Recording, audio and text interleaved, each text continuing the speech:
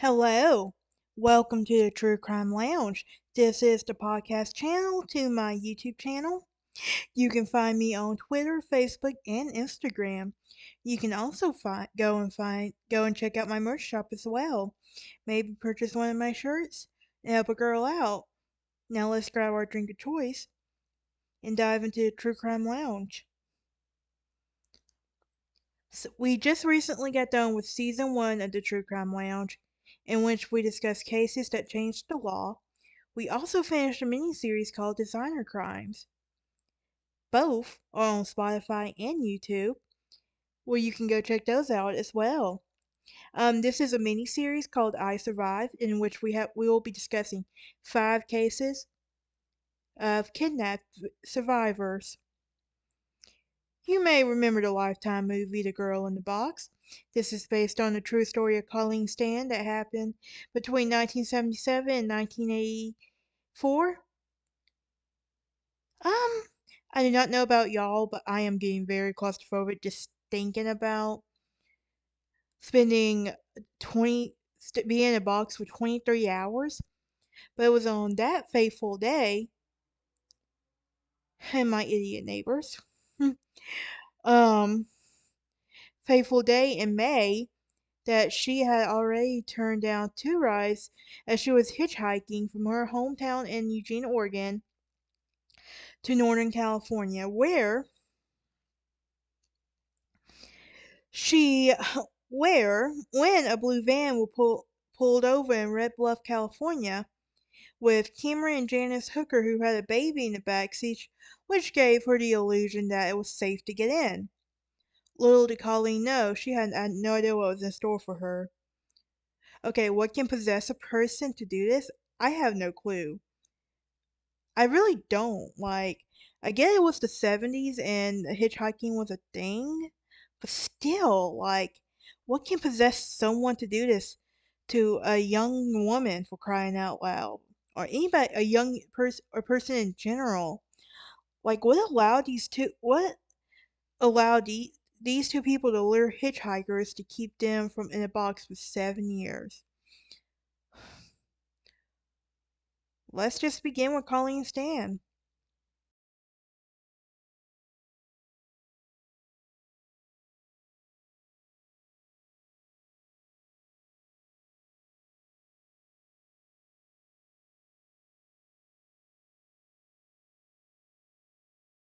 Colleen was born Colleen was born December 31st, 1956 in Eugene, Oregon, and on May 19th, 1977, and she was hitchhiking from Eugene to Northern California for a friend's birthday party, and she had been accepting rides from various strangers, slowly making her way when a young couple, Cameron, who was 23, and his wife Janice, who was 19, had picked her up. She had turned down a number of rides before getting to the couple's blue van. Keep in mind, she saw a baby and she had the illusion that things were like these were good people, but she really didn't know what was in store for her.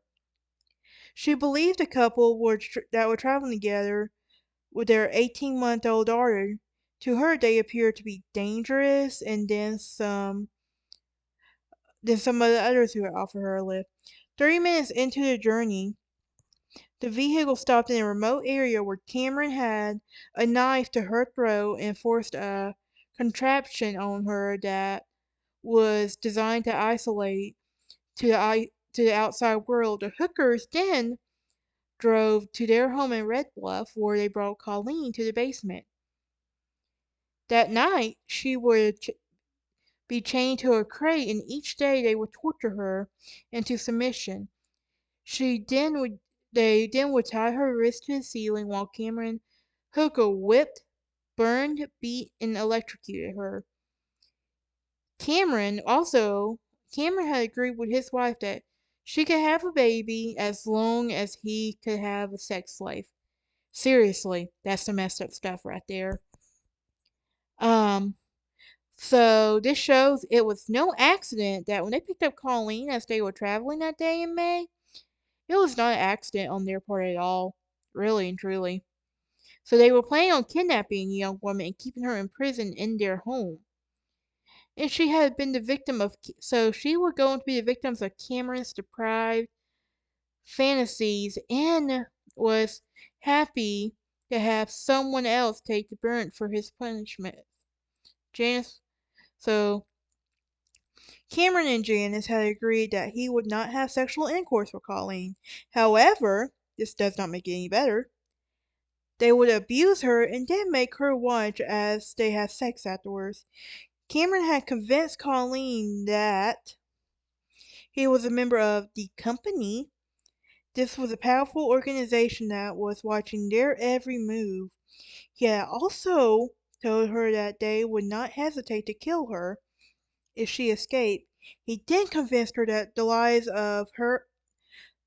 her and her family's lives were endangered, and he had Colleen sign a contract in January 1978 agreeing to be a slave. Seriously. Ugh, this drives me crazy right here.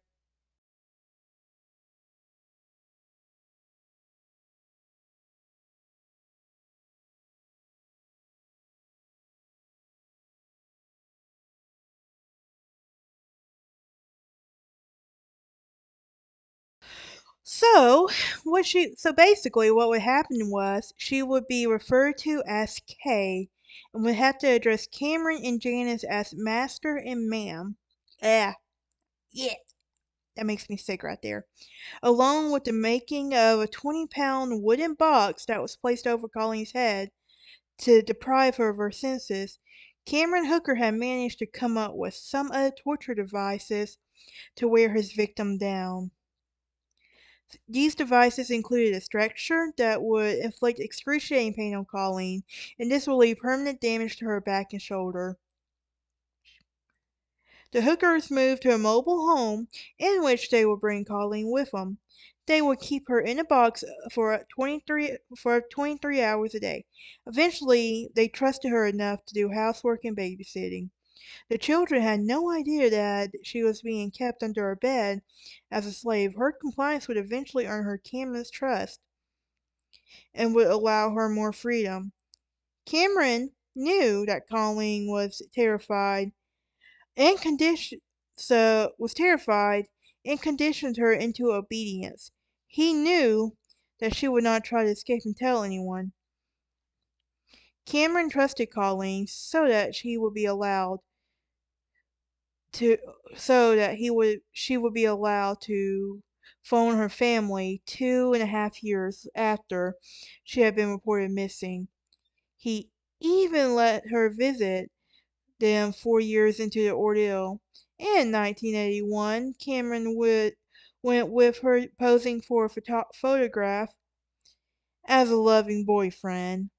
Fearful any questions might distance Colleen from them further, her family did not pry in case she lost contact again. They spent 2.5 years prior to a phone call missing and wondering what had happened.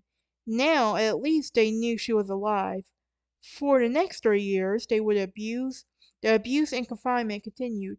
In 1983, Colleen was allowed more freedom, including a part-time job as a cleaner in a nearby hotel. While the initial agreement had been that Cameron would remain loyal to his wife, he had been raping Colleen for at least a month. Janice began to resent Colleen, and when Cameron said that he wanted to marry her too, Janice snapped. Janice had been a victim of Cameron Hooker for their entire relationship and had been compliant in his kidnap torture Colleen because it gave her abuser another outlet. After confessing to the priest who advised her to leave, Janice has had enough. So, August of 1984, 7 years after Colleen was kidnapped, Janice told Colleen that she was not a part of the company and that Colleen went to a bus station where she rang Cameron Hooker and told him she was leaving. Colleen had broken down to the point where she would do whatever Cameron Hooker commanded her to do. 7 years of brutal torture, rape, sensory deprivation meant that she was compliant to the point that she did not report the ordeal to the police. Janice had asked Colleen to give Cameron time to reform, but in November that same year, she reported her husband to the police. Wow, that's just crazy on that part. It really is.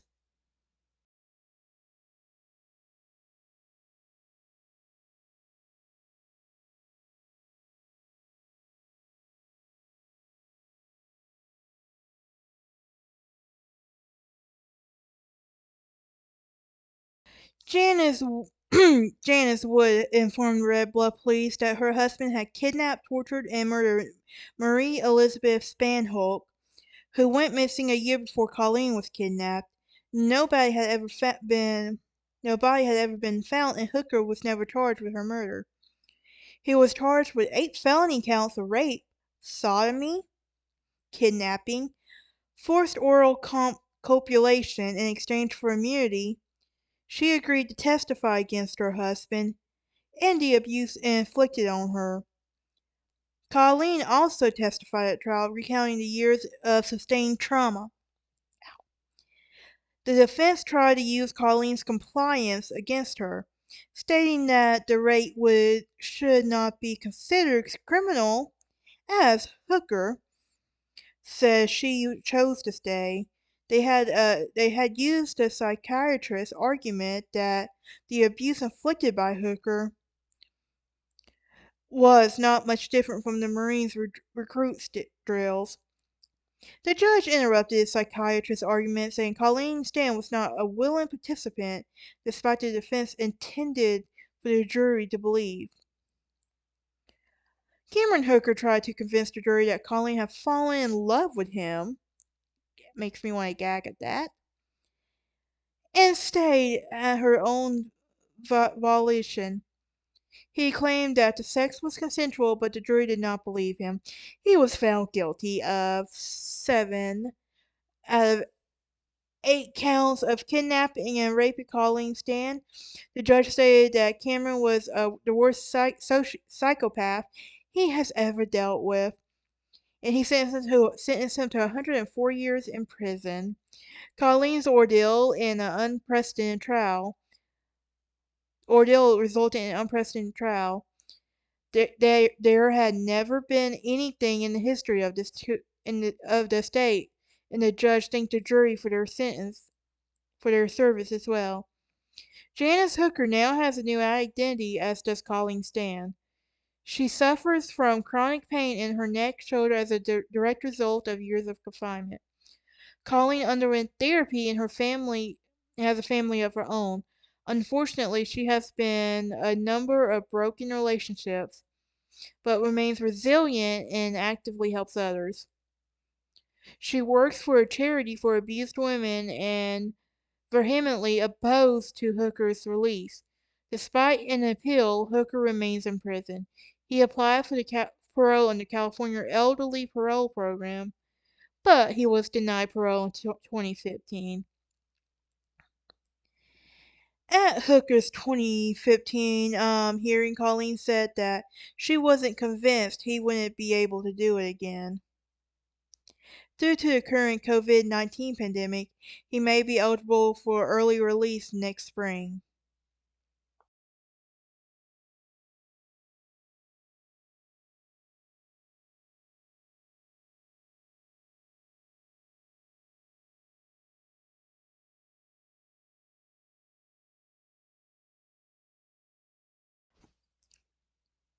Colleen fell victim to one of the most gruesome crime stories of our time.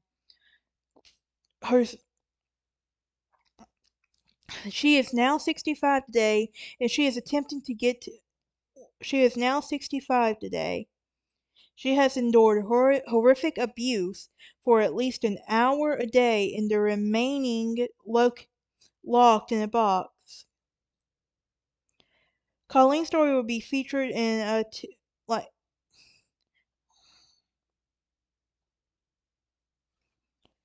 she Cameron had intense psychological control over Colleen that once she was granted more time out of the box and out of the public, he he had convinced her that the organization called the company was monitoring her every move. They even took her a trip to her parents' house where she would pose at Colleen's he would pose as Colleen's boyfriend. Okay, this is just sick in general. She even went to go visit him alone in 1981 and went back with him afterwards. Janice would eventually decide to go to the policy regarding Cameron's action in exchange for immunity. It's a very good thing that the jury did not believe him because he is serving time where he belongs in general. But it's crazy though, like she, they, sh Colleen survived this kidnapping. She did. She is a warrior. And enduring that many years of abuse, that's just crazy right there. But okay, that is it for today's episode. I will see y'all next time, and I hope y'all have a great day.